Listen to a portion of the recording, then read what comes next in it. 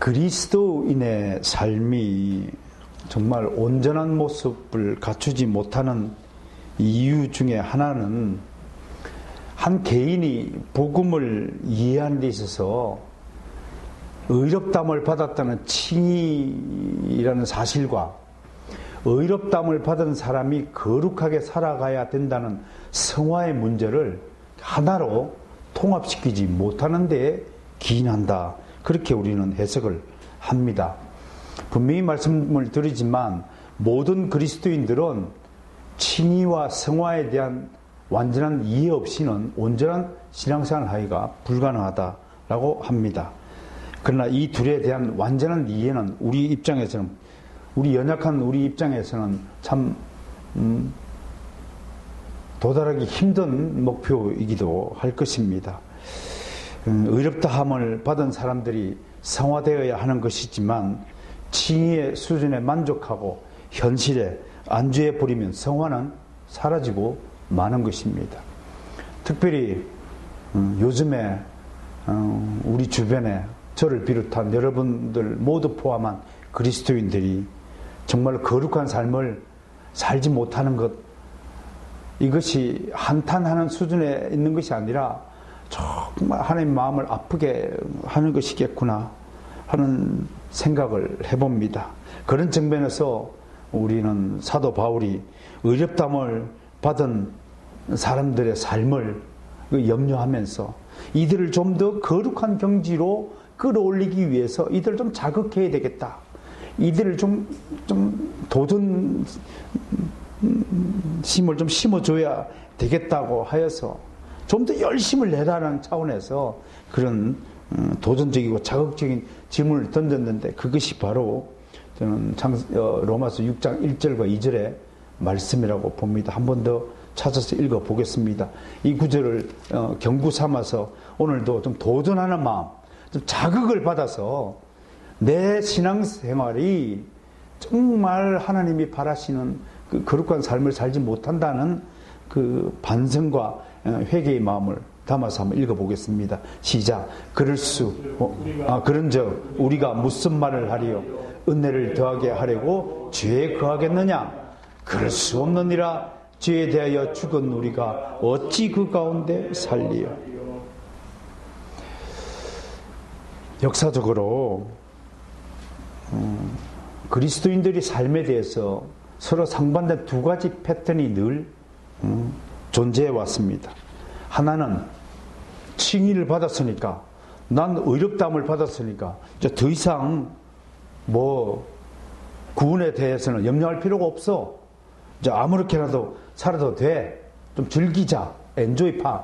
이게 이제 무사 안일주의자들. 다른 말로 이제 칭의주의자들이라고 말하는데요. 이런 태도는 자신이 구원을 받은 것이 확실하고 한 번 받은 구원은 절대로 잃어버리지 않는다는 견인교리까지 있으니까 좀 나머지 신앙생활을 좀 소홀히 하고 육신의 만족을 위한 삶에 안주한다는 것입니다.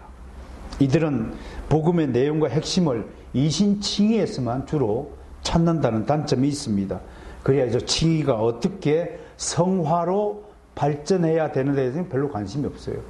그 그리스도인이에요. 그 습관적인 신앙생활을 하는 거예요. 주일이니까 교회에 오는 거지 하나님을 만나보러 교회를 오는 게 아니에요. 발걸음이. 하나님을 만나기 위해서 오늘도 주의 전을 찾아야지 하는 그 마음이 있는 사람이라면 정말 교회로 오는 발걸음이 신나고 즐겁게 될 것이고, 그냥 습관적인 이런 칭의주의자들 구원받았으니까 난 예수 믿으니까 당연히 교회 간다 라고 생각하는 사람들은 그냥 피곤해 쩔어 있고 몸이 건조하고 그냥 자리에 앉아 있어도 멍하는 것이고, 지금 성령께서 수없이 내면에 일어나라, 근신하라, 깨어 기도하라 그 없는 목소리를 들려줘도 외면한 채 그저 육신의 피로에 갇힌 채 그냥 무미건조한 신앙생활을 살고 있다고 하는 것입니다. 교회 역사에서 이런 부류들을 우리는 방종주의자라고 부릅니다. 자유를 방종으로, 육체의 정욕에서는 방종주의자라는 것입니다. 이런 사람들에 의해서 세상 사람들로부터 그리스도와 기독교가, 예수님이 모욕을 당하고 비판받는 거예요. 그래서 이런 사람들 값싼 은혜주의자라고 하는 거예요. 그 귀한 하나님의 은혜를 받아놓고도 구원을요 굉장히 값싸게 만들어버리는 그런 게으른 신앙인들, 오늘의 우리의 모습들을 우리가 바라보게 됩니다. 그래서 사람들은 저 그리스도인들을 보라, 저것들이 무슨 예수 믿는 사람들이냐, 저것들이 우리보다 훨씬 거짓말을 많이 하는구나, 저것들이 훨씬 더 우리보다 세금을 많이 떼먹는 거구나, 저것들이 훨씬 약속을 다 어기는구나, 저것들이 훨씬 더 사회를 혼란시키는 주범들이구나, 그렇게 손가락질하고 매도하고 있는 것이 바로 이 방종주의자들 때문에 그렇습니다.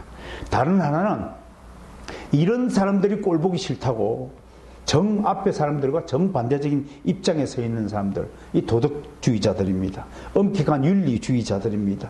이들은 그리스도인의 윤리적 면모와 삶의 모습이 너무 형편없는데 반발하여서 우리가 좀 더 높은 도덕적인 수준에 올라야 된다고 강조하는 주의자들입니다. 이들의 동기는 우리는 인정할 수밖에 없습니다. 그런데 이들은 지나치게 인간의 도덕을 강조하다 보니까 인간 책임을 무한 강조하게 되는 오류를 범하게 되는 것입니다. 그 결과 결국 이들의 도덕적인 요구는 또 하나의 율법주의로 흐르게 되어서 모든 행위에 인간의 책임만을 논하는 그런 인간 중심의 신앙으로 변질되고 만 것입니다. 그런데 문제는 한국 교회나 대체적으로 어느 파가 더 많으냐면 우리는 전자가 훨씬 더 많은 부류에 속하고 있습니다. 요즘 어떤 신학자가 칭의론 문제를 들고 난 배경도 바로 이렇게 방종주의적인 신앙생활을 하는 사람들을 향한 경고의 메시지로 그런 신학을 새롭게 들고 나오는 것입니다. 그렇게 사는 네 꼴을 보니까 너는 칭의를 받지 못한 것 같아. 네가 칭의를 받았다는 사실은 종말 때 마지막 심판 때에 갔어야 결정된다는 것이야. 그러므로 지금까지 정통적으로 역사적으로 주장했던 칭의론은 바뀌어져야 된다. 한 번 받은 칭의는 결코 완전한 것이 아니라 종말 때까지 유보된 것이라고 봐야 돼. 네 삶을 보니까 그렇게밖에 말할 수밖에 없는 거야 라고 말하는 것, 그런 주장들이 나타나게 된 것입니다. 그래서 한국 교회는 어렵다함을 받은 사실에 만족하고 그리스도인의 책무에 소홀히 하는 풍조에 함몰되어 있다. 이것이 전반적인 평가입니다. 이런 평가의 목소리에 여러분 귀를 열어서 귀담아 들어야 합니다. 아, 내 삶의 모습을 보니까 내가 하나님이 바라시는 수준의 턱도 없이 부족한 사람이구나. 그걸 좀 자책을 하며 살아야 합니다. 이에 대해 바울의 지적과 충고는 분명합니다. 의롭다함을 받았으면 그에 걸맞는 삶을 살아라 라고 사도 바울은 우리에게 명령합니다. 그리스도의 입장에서 우리 입장에 보면 바울이 요구하는 그 수준은 매우 높은 수준의 삶을 요구하는 것입니다. 야, 대단하다. 우리 입에선 야, 저렇게 살다니. 그런 삶이 당연한 것임에도 불구하고 육체적인 삶을, 육신의 삶을 살아가는 오늘날 한국의 그리스도인 입장에 보면 너무나 높은 수준에 있다고 하는 것입니다. 왜요? 바울은 뭐라고 우리에게 명령합니까? 우리 몸을 바치라, 하나님께 드리라 라고 요구하는 것입니다. 그게 무슨 소리냐? 내 삶을 전부 하나님께 바치라고 지금 말씀하고 있는 것입니다. 이것 가능한가요? 아니요. 절대로 나의 것을 하나님의 10분의 1만 바치지 전부 바치는 삶을 살지 못하는 것이 우리의 현 실정입니다. 바울은 이 성화의 삶을 우리에게 요구합니다. 그리고 앞으로 전개되어질 7장과 8장을 쭉 이어서 육신의 삶과 성령의 삶을 대비시키고 있습니다. 결국 바울이 말하고자 하는 점이 뭐냐면 정말 왜 당신이 네가 성화의 삶을 살지 못하느냐면 네 속에 있는 부패한 죄성 때문이라고 지적하는 것입니다. 이 죄성이 하나님과의 만남을 가로막고 하나님과의 교제를 싫어하는 것이 인간은 타락한 죄성이라는 것입니다. 하나님은 우리를 만나기를 그렇게 기뻐하고 기다리는데, 부모는 자식이 찾아오기를 그렇게 기뻐하는데, 자식은 명절 때 한번 부모한테 찾아가지 부모 안 찾아가는 거예요. 이게 자식의 타락한 실체라고 하는 것을 잊지 말아야 됩니다. 이게 하나의 괴물입니다. 내 안에 잠재되어 있는 괴물이라는 사실을 인정해야 됩니다. 이 괴물이요, 하나님의 목소리만 딱 들리면 귀를 막아버립니다. 갑자기 졸음을 집어넣었습니다.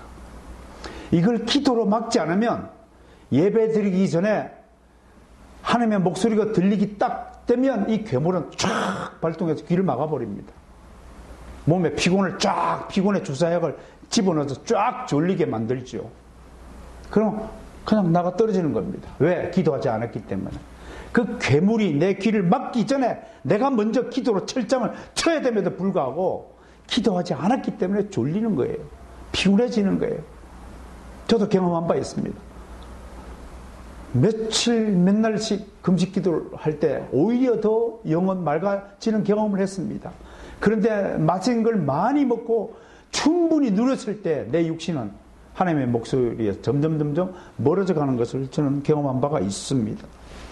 누구든지 자기 안에 있는 이 괴물과 직면하여 사투를 겪어야 성화의 삶을 살 수 있는 것입니다. 근데 이건 너무 힘든 일이죠. 힘들어서 하기 싫은 거예요. 공부 왜 안 해요? 힘드니까 하기 싫은 거예요. 그런데 그걸 해야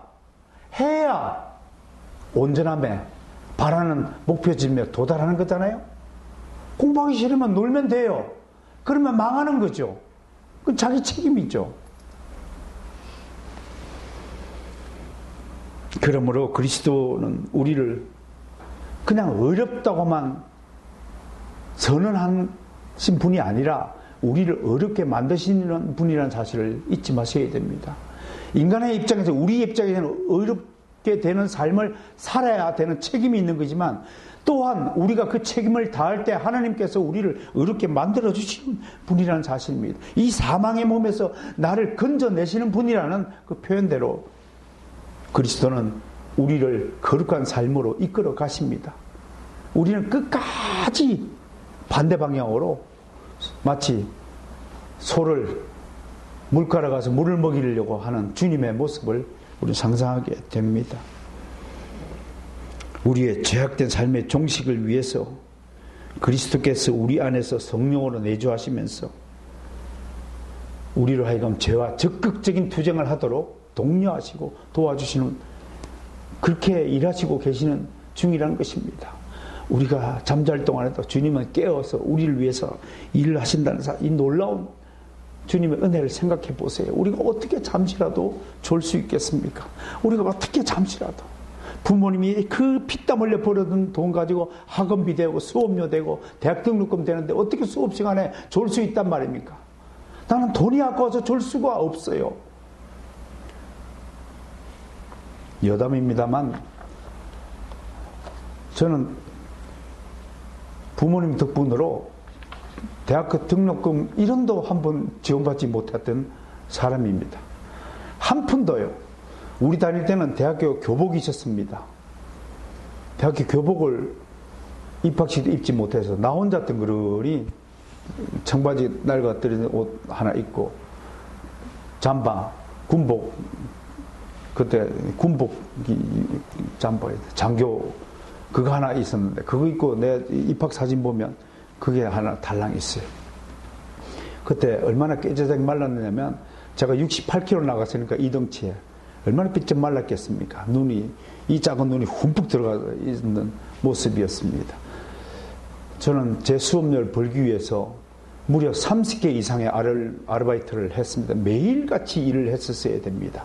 그렇게 해서 저는 대학 공부를 하였습니다. 그래서 정말 편안하게 공부하는 녀석들 보면 밉습니다.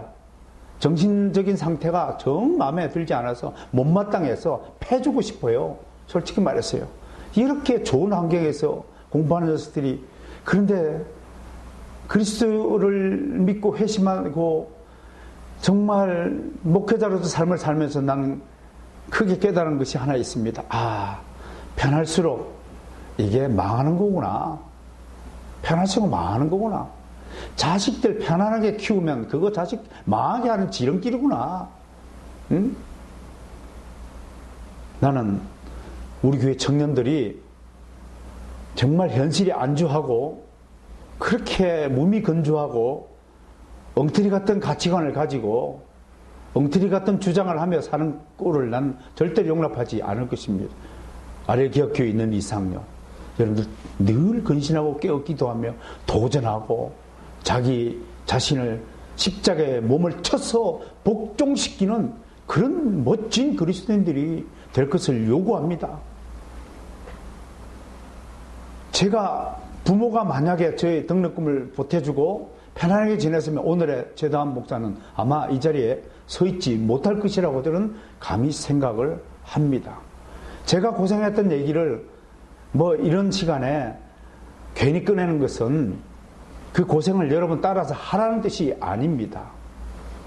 결국은 인간은요, 부패한 죄성 때문에 조금이라도 몸에다가 기회를 주면 이 몸은 죄를 섬기는 불법적인 도구가 되는 것입니다.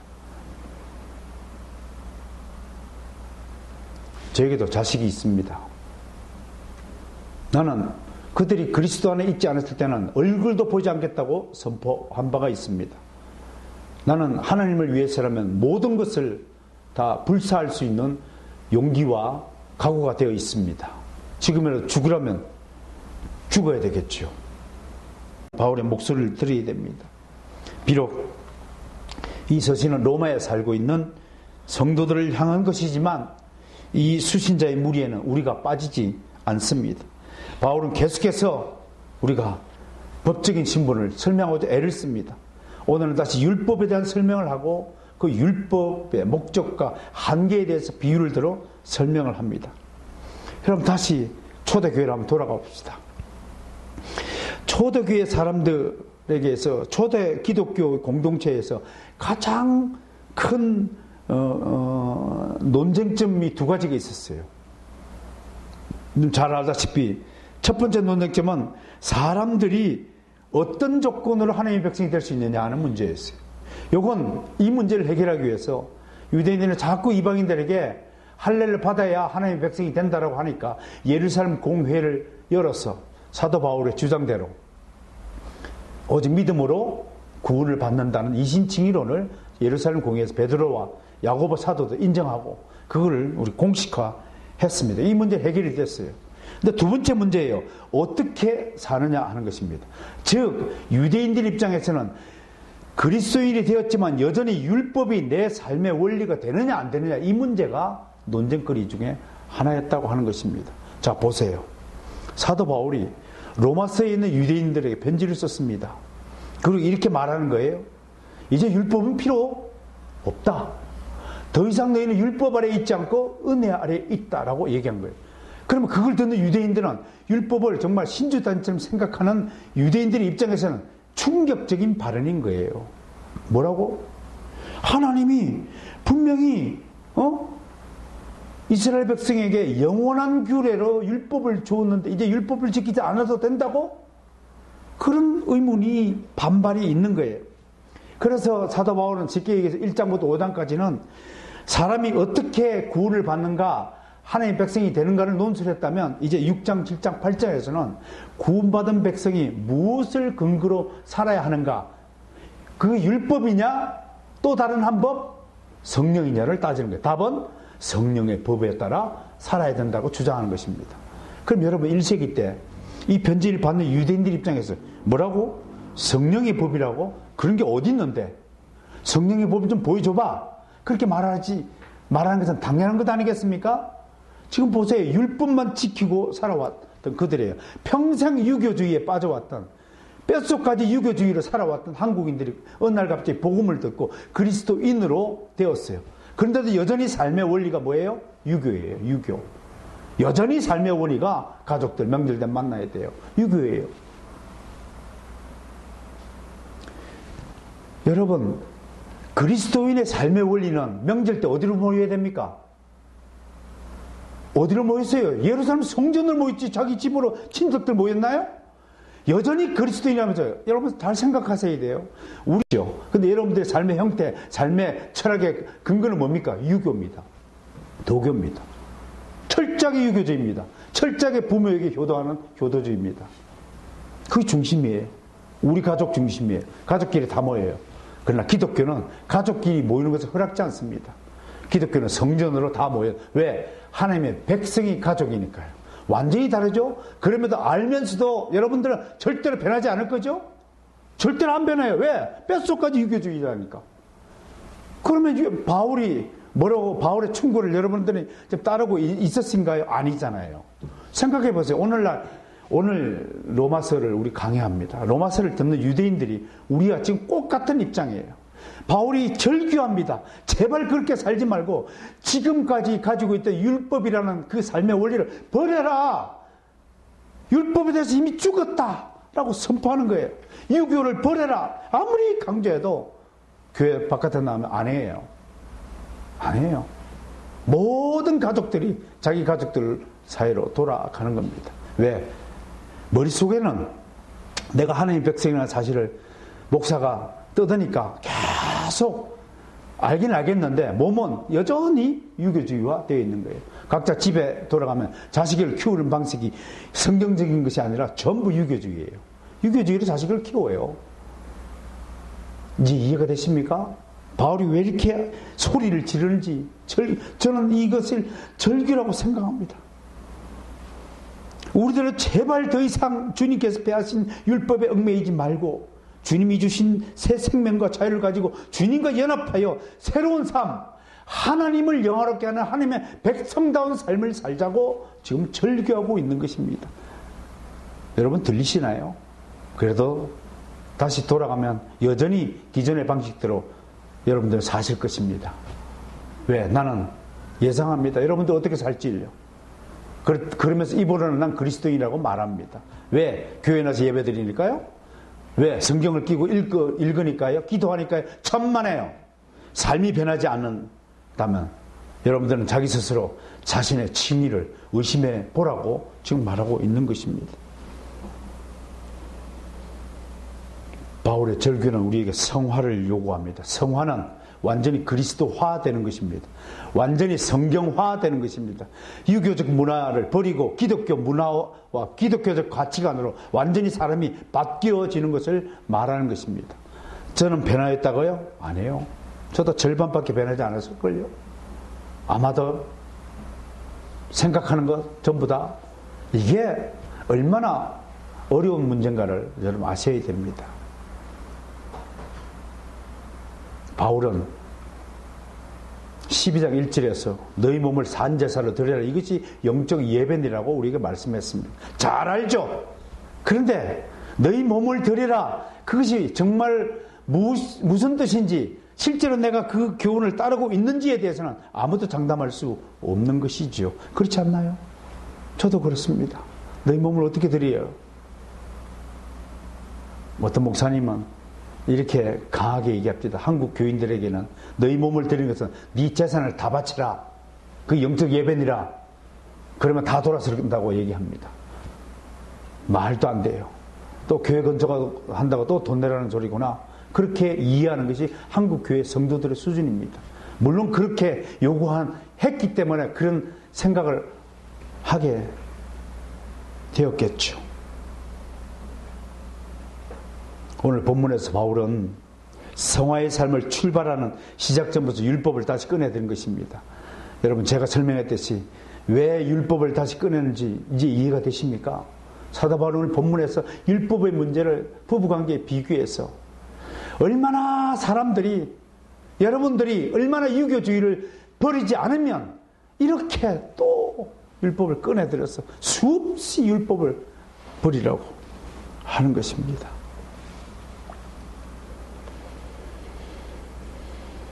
한마디로 의롭다함을 받은 모든 그리스도인은 이제 율법에서 완전히 벗어난 사람들이다.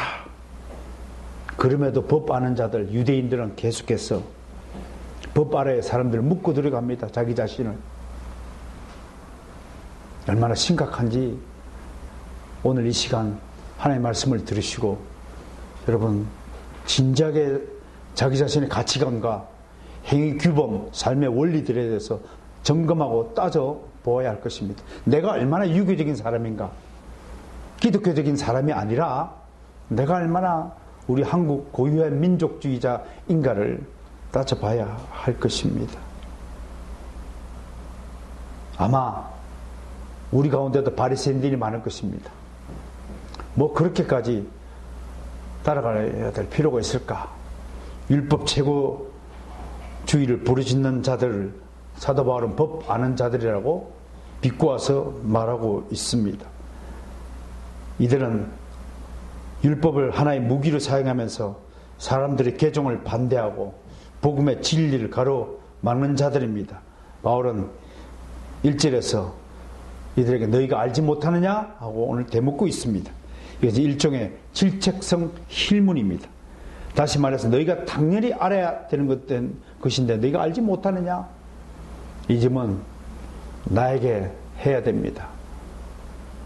네가 그리스도인으로서 당연히 성령의 법을 알아야 되는데 아직도 알지 못하느냐? 라고 자기 자신에 대한 힐문을 해야 됩니다. 그런데 1절에서 바울은 어떻게 시작합니까? 형제들아 라고 시작합니다. 아델포이 복수형을 씁니다. 핸드릭슨 주석가는 이걸 재미있게 해석을 했어요. 왜 나를 방해하는 자들, 말도 지지리게 안 듣는 법 아는 자들, 바리새인들, 유대 강경주의자들 향해서 형제들아 라고 부르냐? 그 해석을 수신자에 대한 하나의 애정어린 용어다, 그렇게 말하며 이렇게 해석합니다. 바울이 아델포이, 아델포스, 형제라는 단어를 사용할 때, 로마서에 사용할 때는 언제나 그가 깊이 성령에 감동되어 있을 때 이 단어를 썼다라고 해석하고 있습니다.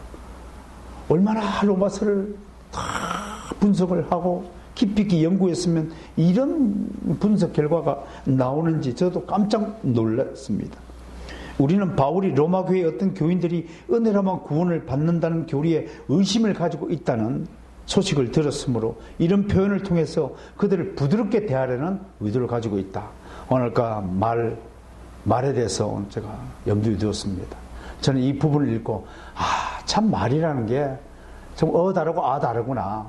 지금 법 아는 자들이 율법을 폐기하라는 바울의 주장에 지금 적대감을 가지고 있습니다. 이들에게 그들의 마음을 한 방에 녹여두는 말이 형제들아. 그들이 비록 예수 그리스도 영접하지 않더라도 형제들아. 여러분, 이때 저는 예수님이 왜 원수 같던 네 이웃을 내 몸같이 사랑하라고 하셨을까 하는 그 말씀이 떠오르더라니까요. 여러분들도 한번 생각해 보세요. 나를 괴롭히고 예수 그리스도를 핍박하고 기독교를 해서 조롱하고 교회를 해서 돌팔매질하는 사람들 앞에 나와가지고 바울은 이렇게 얘기하는 게 아델포이 형제들아 라고 말하는 것입니다. 우리의 적대감은 예수 안에서 사라져야 합니다. 우리는 반항심이 필요 없습니다. 우리는 오직 모든 사람에게 동정심만을 가져야 될 줄로 믿습니다. 불쌍히 여기십시오. 모든 일을 불쌍히 여기십시오. 술 먹는 자도 불쌍히 여기고, 욕하는 자도 불쌍히 여기고, 말하는 자도 불쌍히, 행패를 부리는 자도 불쌍히 여기십시오. 어떤 교회의 예배 시간에 어떤 사람이 술 주정뱅이에 찾아와가지고 행패를 부릴 때 여러분 어떻게 해야 되겠습니까? 어떤 장로님이, 근엄한 장로님이 여보시오! 여기가 감히 어떤 자리인데 와서 행패를 부리는 거요? 그러면 그는 이미 법 아는 자들입니다. 그 불의입니다. 그에게 얼른 찬물 하나 갖다 주고 정신 차리세요. 속이 많이 괴로우신가 보내요라고. 예배를 중단하고 설교를 중단해서라도 그 사람에게 찬물을 갖다 주는 것이 사도 바울이 바라는 형제들아 라고 부르는 사도 바울을 담는 것임을 잊지 마셔야 할 것입니다. 우리는 그리스도인입니다. 우리는 하나님의 사랑을 증거해야 될 의무를 가진 사람들인 것입니다. 그런데 우리의 규칙이 깨진다고, 우리가 하는 일이 방해받는다고 화를 내고 몰아치고 경찰에 신고하는 등 이건 하나님의 백성으로서 할 일이 아니라는 사실을 우리는 깨달아야 한다고 저는 생각을 합니다. 그냥 법 아는 자들이요 라고 했으면 거부감이 들 텐데 형제들아 라고 함으로써 사전에 거부감을 털어버리고 한 것입니다. 그러니까 충고하거나 지적하고 명령하기 전에는 항상 뭘 깔아두라고요? 좋은 감정을 가지도록 말을 풀어야 되는 것입니다. 아이고야 참 오늘하고 고생 많았어요. 정말 요즘 힘들죠? 학원에 상담 오는 분들에게 이건 얼마고 저건 얼마고 그러면 맛이 갈 것입니다. 그분의 수고에 칭찬하고 위로하고 격려하고 아이가 공부를 좀 못하더라도 아유 그래도 이거는 참 잘하네요. 테스트 결과 조금 수준의 기준에 좀 뒤처지긴 해도 그래도 요것만 좀 보충하면 가능성이 있어 보입니다. 이렇게 말을 할 수 있어야 됩니다. 저도 상담 심리학을 공부함으로써 그런 기교를 많이 배웠습니다. 우리는 바울의 이 따뜻한 형제들아라는 단어 한 단어이지만 이 표현을 좀 염두에 두시고 좀 교훈을 받으시기를 주의 이름으로 축원합니다. 그래서 율법의 관계, 얽매인 관계를 사도 바울은 다시 한번 비유로 설명합니다. 비유로 설명할 때는 항상 못 알아들으니까 그걸 기억해야 됩니다. 예수님이 비유로 설명할 때는 내가 너희를 그렇게 가르쳐도 못 알아듣느냐 이 돌들아 라는 가로 열고 가로 닫기 속이 있고 그 다음에 비유를 들어주시는 거예요. 그래서 남편과 부부관계를 사도 바울이 들어주시는 거예요. 여러분 생각은 어떻습니까? 우리가 그렇게 뭘 잘 못 알아듣는다고요? 자기 자신을 높게 평가하는 사람은 그렇게 생각할 수 있을 것입니다. 교회에서 다 발장 끼고 목사가 오늘 설교를 어떻게 하나 하고 지켜보는 아주 고매한 분들, 세상의 지식으로 무장한 사람들이 오늘도 교회당 안에도 수두룩하게 많이 있을 것입니다. 그런데 그들을 향해서 예수님은 못 알아듣는다는 것을 전제하고 쉽게 예화를 들어서 설명하고 있습니다. 왜? 세상 지식으로 아무리 석박사할지라도 예수님 앞에 하나님에 대한 지식은 완전히 어린아이에도 어린아이 중에 어린아이는 사실을 인정하는 것입니다. 그래서 부부관계를 예를 드는 것입니다. 여기서 우리가 교훈을 받아야 되는 것입니다. 이 예화 중에서도 죽으면 소용없다는 거예요. 죽으면 끝나는 거예요. 하나님은 죽은 자의 하나님이 아니시라는 거예요. 하나님은 살아있는 자의 하나님이시에요. 누가복음 20장 38절 제가 다시 읽어드릴게요. 하나님은 죽은 자의 하나님이 아니요 살아있는 자의 하나님이시라. 하나님에게는 모든 사람이 살아있느니라 라고 예수님이 말씀했습니다. 성경은 생명의 책이죠. 하나님 말씀이 생명이죠. 예수 그리스도는 죽은 우리를 살리시기 위해서 오셨고 그 일을 치르셨습니다. 죽은 자는 하나님과 관계가 없습니다. 죽은 남편은 살아있는 아내와 아무 관계가 없는 것입니다. 기독교는 생명의 종교입니다. 죽은 자를 살리는 종교입니다. 부친의 장례식 문제로 고민하는 청년을 향해서 주님이 하신 말 기억하십니까? 죽은 자는 죽은 자에게 맡기고 너는 나를 따르라. 다 알고 있습니다. 그런데 실제로 예배 시간에 누가 죽었다 하면 바로 뛰쳐나가는 것이 우리의 실제입니다. 그렇게 말을 하잖아요. 그렇게 예수님 말씀을 알고는 있지만 실제 행동이 안 되는 거잖아요.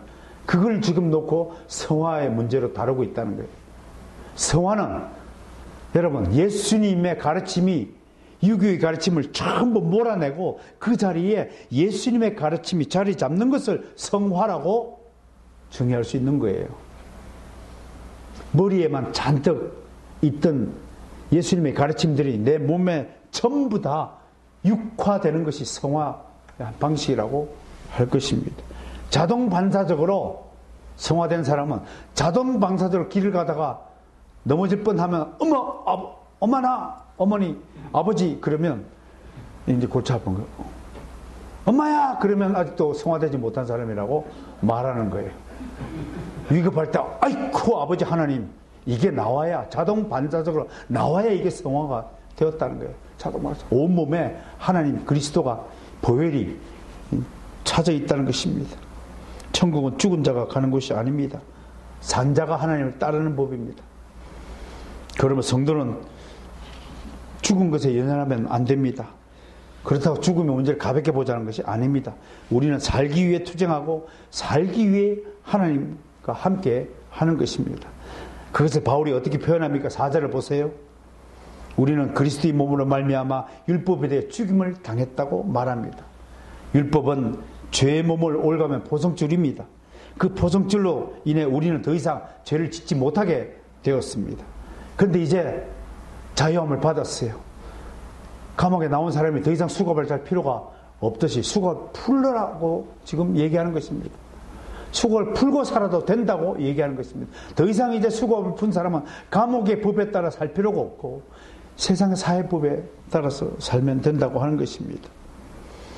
즉 율법으로 인해 죽었는데 무엇이 죽었냐면 죄의 몸이 죽었다고 하는 것입니다. 다시 한번 말합니다. 산 사람은 살아있는 법에 순종하는 것입니다. 그리스도인은 다시 살아난 사람들입니다. 4절 후반부에서 바울은 우리로 하여금 율법에 대해 죽게 하신 목적이 적시되고 있습니다. 그것은 우리로 하나님을 위해 열매를 맺게 하려 함이라고 말합니다. 하나님의 목적은 우리의 열매입니다. 씨가 뿌려지면 자라나서 아름다운 열매를 맺는 것이 하나님이 정하신 자연적인 순리입니다. 그 성화의 목적은 열매입니다. 칭의를 씨로 비유하면 성화는 자라나는 과정입니다. 그 열매는 신학적으로 우리가 영화라고 합니다. 글로리피케이션이라고 하는 것입니다. 영화가 열매이죠. 즉 칭의와 성화와 영화가 구원의 전 3단계를 요약하는 대표적인 단어가 될 것입니다. 우린 칭의를 받았습니다. 의롭다함을 받았습니다. 의롭다함을 받은 사람은 반드시 성화되어야 합니다. 즉 거룩하게 자라가야 합니다. 그리고 결국에는 주님께서 우리를 아름다운 열매로 만들어 주실 것입니다. 그게 영화입니다. 주님과 만났을 때 호련히 변할 그 순간에 우리는 완전히 영원한 모습으로 영화의 모습으로 변해질 것입니다. 그러면 구원의 최종적인 목적은 칭의도 아니고 성화도 아니고 영화에 있다고 할 것입니다. 하나님이 바라시는 완성작품입니다. 호련히 변하는 부활체인 것입니다. 그런데 우리의 열매는 생각보다 아주 더디게 진행이 됩니다. 왜냐하면 5절과 6절에서 말한 바대로 죄의 정욕이 우리 지체 중에 역사하기 때문인 것입니다. 이것이 성화를 가로막는 것이라고 사도 바울이 우리에게 지적하고 있습니다. 아까도 성화를 가로막는 최대의 적은 우리 안에 있는 부패한 죄성이라고 제가 말씀한 바가 있습니다. 그걸 지금 5절 6절에서 말하고 있는 것입니다. 우리가 생명의 열매를 맺는 일에 열심히 내는 것이 아니라 우리의 육신은 자꾸 사망의 열매를 맺기 때문입니다. 이번 주에 제가 당이 갑자기 300 훨씬 초과했고 의사한테 혼이 좀 났습니다. 그게 이런 겁니다. 제가 높아지니까 기력이 확 떨어지고 여러분들은 그런 기분 이해하시나요? 나락으로 떨어지는 느낌. 꿈속에서 이게 확 떨어지는 느낌 있잖아요. 마치 바람 광고판이 훅 바람에 빠져 훅 가라앉듯이 한 방에 축 주저앉는 그런 느낌들 들 정도로 당뇨라는 것은 굉장히 기력을 상실케 하는 참 그런 거더라고요. 압니다. 내가 당뇨를 치료해야 된다는 거. 그런데 당뇨를 치료하면 먹고 싶은 거를 다 먹지 말아야 돼요. 커피, 라면, 떡, 빵, 일체 이제 못 먹어요. 아예 그거는 끊어내라는 거예요. 의사가 이제 마지막으로 그거나 빠이빠이 하라는 거 이제 머릿속에 집어넣지 말라는 거예요. 그건 없다 이겁니다. 근데 그게 쉽나요? 알죠. 알면도 우리의 삶은 자꾸 사망의 열매를 맺는 것으로 간다는 거예요. 이게 참 우리를 불행하게 하는 것입니다. 얼마나 성령의 열매, 생명의 열매를 맺는 일이 힘든가를 이 상태를 바울은 우리가 육신에 있을 때라고 표현합니다. 육신에 있을 때. 그러면서 앞으로 7장, 8장에서 바울은 육신의 삶과 성령의 삶, 즉 사륵스의 삶과 프리마의 삶을 적절하게 대비시켜서 우리에게 거룩한 삶, 성화의 삶이 어떤 것인가를 우리가 소개할 것입니다. 핸드릭스나 이 사륵스라는 단어가 성경에 쓰인 용례를 우리에게 한 8가지로 소개하고 있더라고요. 그 중에서 특별히 기억해야 되겠어요. 사륵스는 우리 신체의 한 부분이기도 하고요. 그러나 중요한 것은 영적인 삶과 대비되는 육적인 삶을 상징하는 단어로 이 사륵스를 사용하고 있다는 것입니다. 그리고 이 사륵스는 악한 본성의 대변자라는 것입니다. 그리고 사도 바울은 네가 사륵스로 살 것인가 푸뉴마로 살 것인가를 우리에게 묻고 있습니다. 이제 우리는 지금까지 사도 바울이 말씀한 대로 율법이 무엇이며 율법이 왜 필요했으며 율법의 목적이 무엇이며 그 율법에 대해 죽은 우리가 어떤 삶을 사는지에 대해서 소상히 알게 되었습니다. 로마서 설교를 통해서도 율법이 왜 주어졌으며 하는 것을 소상히 알게 되었습니다. 크게 율법의 목적은 2가지였죠. 첫 번째는 죄를 드러나게 하는 것이고 두 번째는 율법을 통해서 악한 본성을 드러나는 거예요. 반항심을 드러나는 게 아니에요. 금지 명령에 반항심리를 갖도록 만들어서 내가 죄인이구나.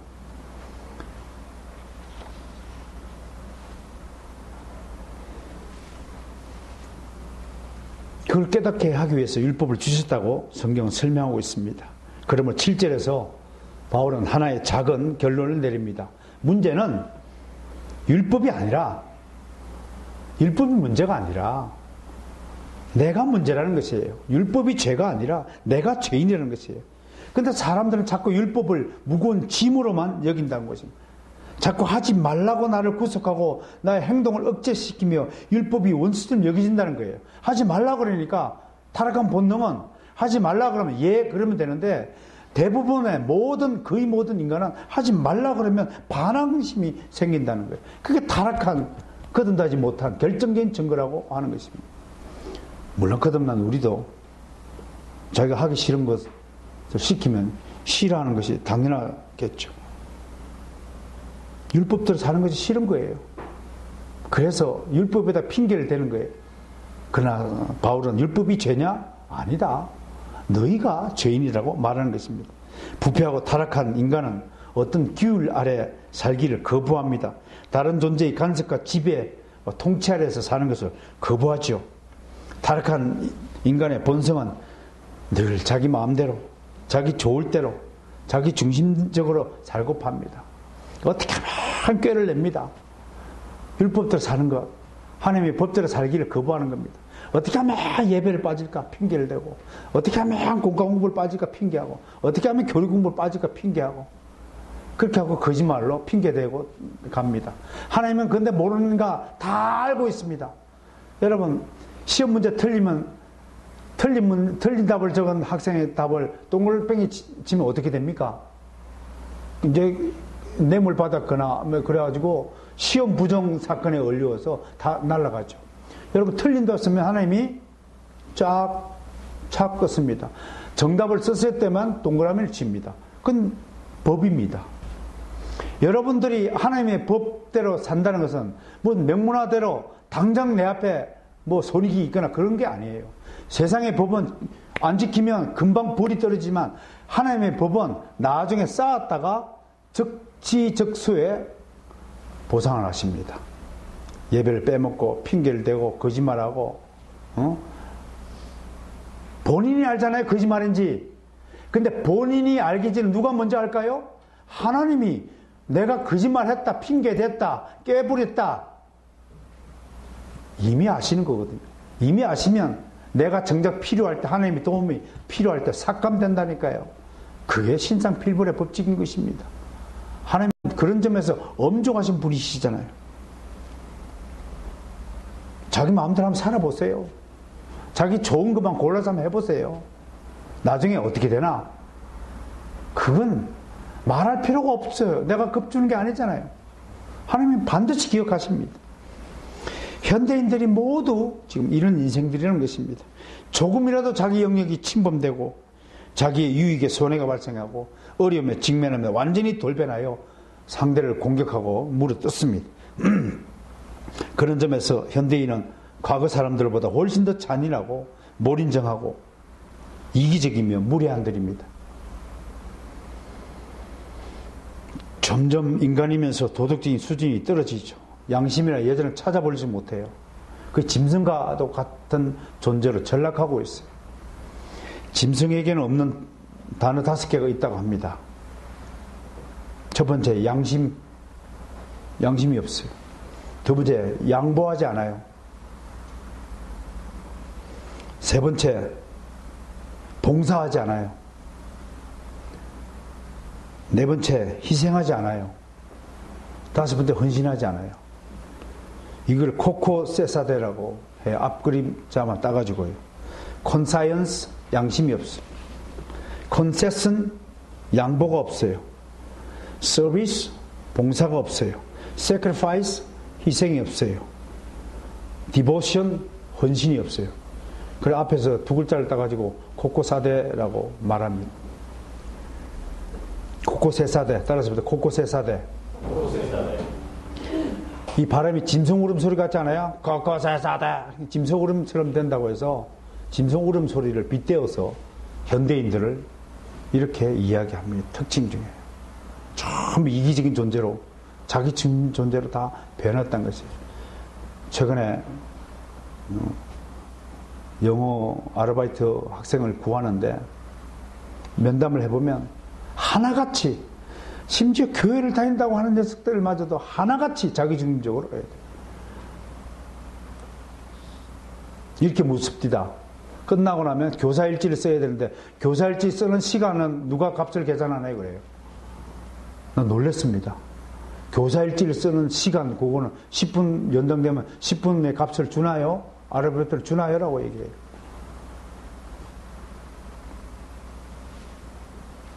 그러면 아르바이트로 오는 시간까지도 계산해서 우리가 줘야 되냐고 내가 물어봤어요. 요즘에 이 정도입니다. 여러분, 요즘에 이 가치관이요, 코코세사데 같지 않습니까? 얼마나 짐승적입니까? 이거는 인간의 윤리를 완전히 무시하는, 공동체적 삶에 대해서는 조금도 관심이 없는 것이라고 말할 수 있습니다. 부모는 자식을 위해서 가정의 규칙을 만들어 자식들을 훈육하죠. 자식들 입장에서는 이 규칙이 자기 자유를 속박하는 불편부당한 처사를 보일 것입니다. 그래서 규칙이 없어지면 좋겠다고 생각합니다. 공부 안 했으면 좋겠다, 학원 안 갔으면 좋겠다 라고 생각하는 것입니다. 율법에 대한 관점도 마찬가지입니다. 율법은 나의 자유를 속박하고 제한하고 간섭하는 도구이면 틀림없습니다. 그러나 그 율법으로 인해 나의 죄된 몸이 잠시 자유를 박탈당했지만 참고 인내하였더니 드디어 복음이라는 선물을 받은 것입니다. 우리 육신적인 욕망들 잠시 참고 인내해 보세요. 그럼 놀라운 성령의 은혜의 선물이 여러분 앞에 놓여 있을 것입니다. 율법도 복음도 모두 하나님이 우리를 살리기 위한 은혜의 방편이었음을 기억하시고 좀 더 힘들지만 정말 거룩한 삶을 살아가는 한 주가 되시기를 좀 축원합니다.